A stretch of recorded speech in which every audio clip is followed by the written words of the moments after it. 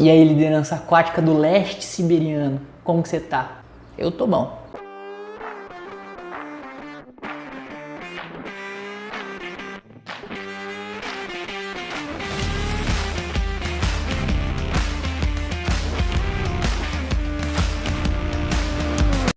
Toda semana eu recebo alguma mensagem no WhatsApp ou no Instagram de pacientes ou colegas me pedindo exercícios corretivos para postura ou para algum movimento. E sempre que eu ouço essa palavra exercício corretivo, a pergunta que me ocorre é: mas que diabo é um exercício corretivo? Ao longo dos últimos anos, me aprofundando na pesquisa sobre dor e movimento, postura e atividade física, uma coisa que eu posso te assegurar é que não existem muitas correções bem definidas na literatura.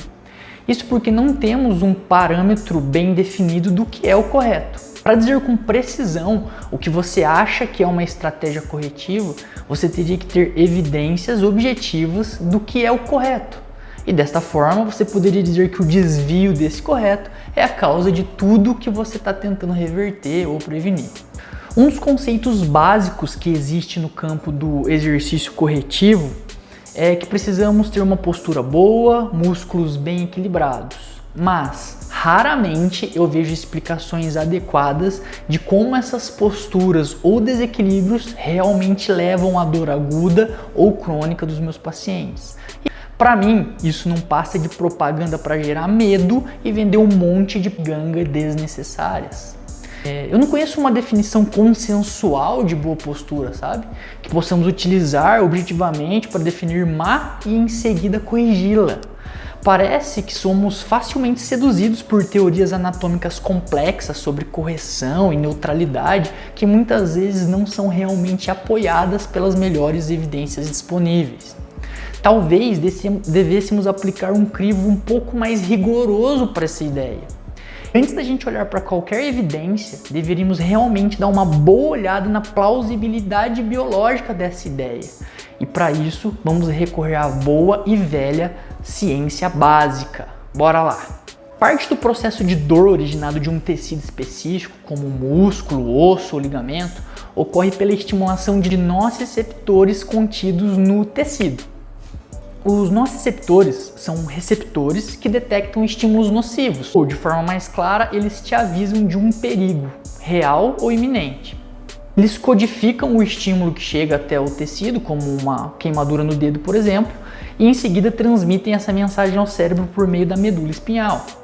O cérebro então decide se essa informação que está sendo recebida é suficiente para se tornar uma experiência dolorosa. Devemos reconhecer que essa informação do tecido pode não ser suficiente por si só para ser traduzida na percepção de dor.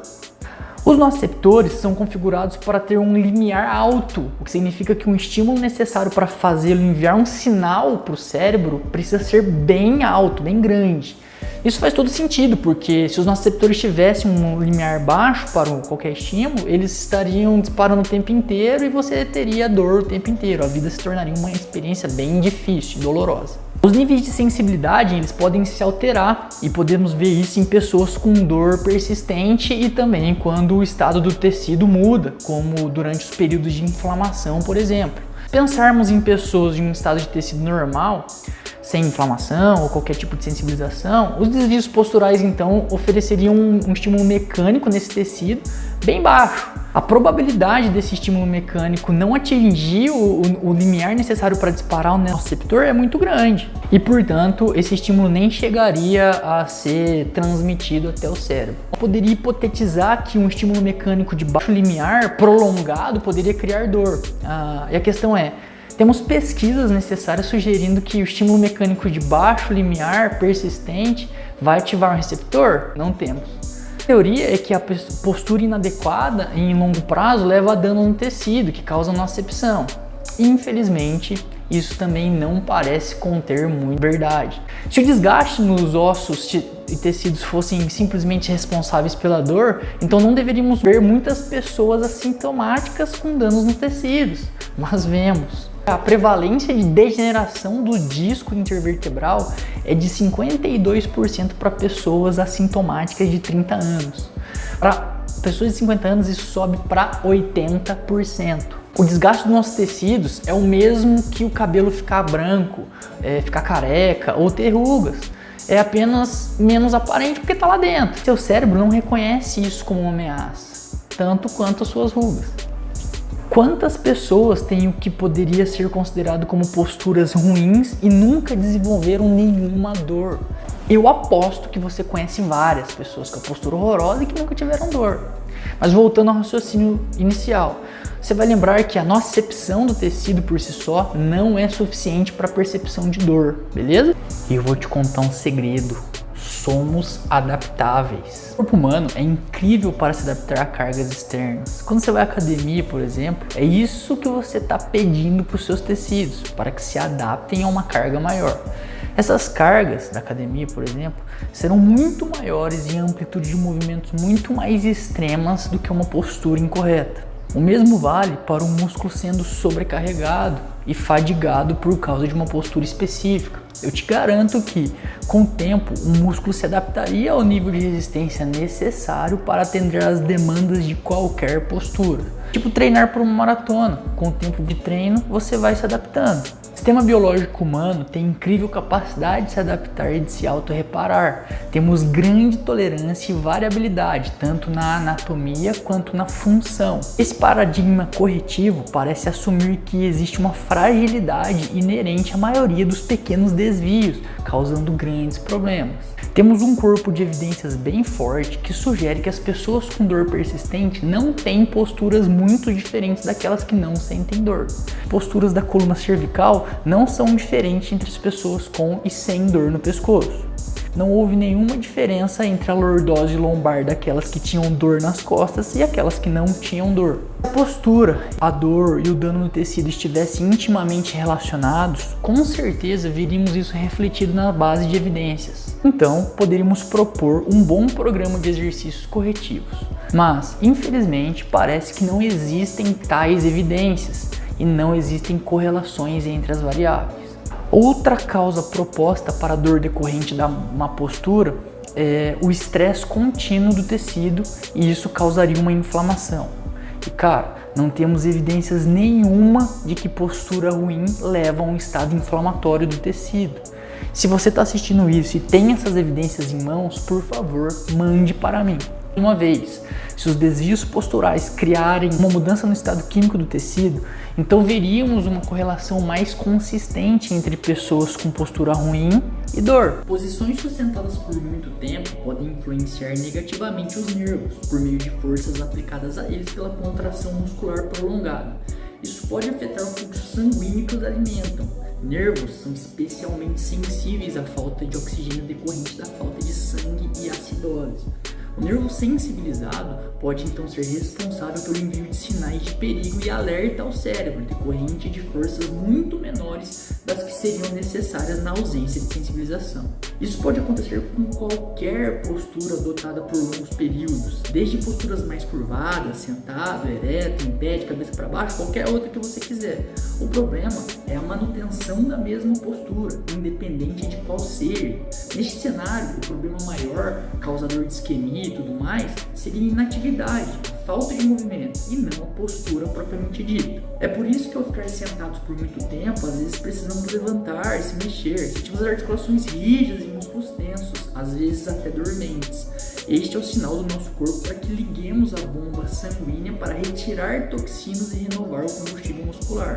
Na maioria das vezes, basta se mexer um pouquinho e pronto, a sensação ruim já passa.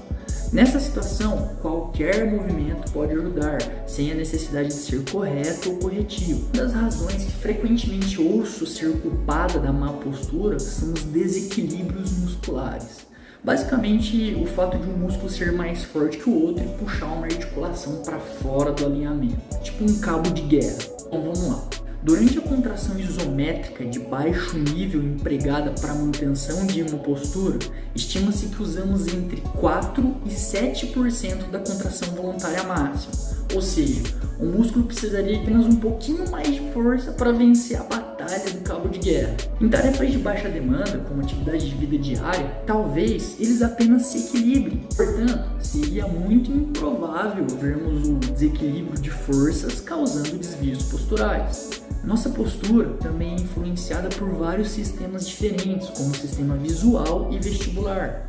Talvez olhar apenas para as forças musculares seja uma visão extremamente simplista de postura.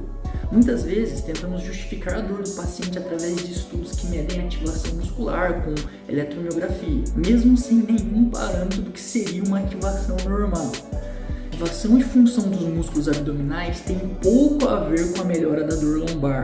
Talvez a mudança de ativação muscular seja a consequência e não a causa da dor. Portanto, mudar isso não implicaria na mudança da dor. Desafia a ideia de que existe um padrão de ativação muscular correto, independente da atividade realizada. Não devemos negligenciar o impacto psicológico gerado ao dizer para alguém que ele está torto, desequilibrado e que precisa de correção. Isto certamente vai afetar seu senso de fragilidade, poderia se traduzir na sensação de que ele está doente, quebrado ou torto. Podemos interpretar isso como um efeito nocebo. Nocebo é o contrário de placebo. Essencialmente, ele tem o potencial de piorar as coisas, especialmente se inventarem um problema inexistente. A consciência da importância da comunicação e interação com os pacientes está se mostrando cada vez mais importante para a melhora clínica. E mesmo se tivéssemos evidências de que pessoas precisassem de correção, provavelmente seria melhor não dizer isto dessa forma. Esse tipo de comunicação geradora de medo também serve para reforçar o papel do físio ou do treinador como uma pessoa necessária para consertar uma postura ou reequilibrar seus músculos, ambos possivelmente baseados exclusivamente no interesse comercial e imaginação de seus praticantes.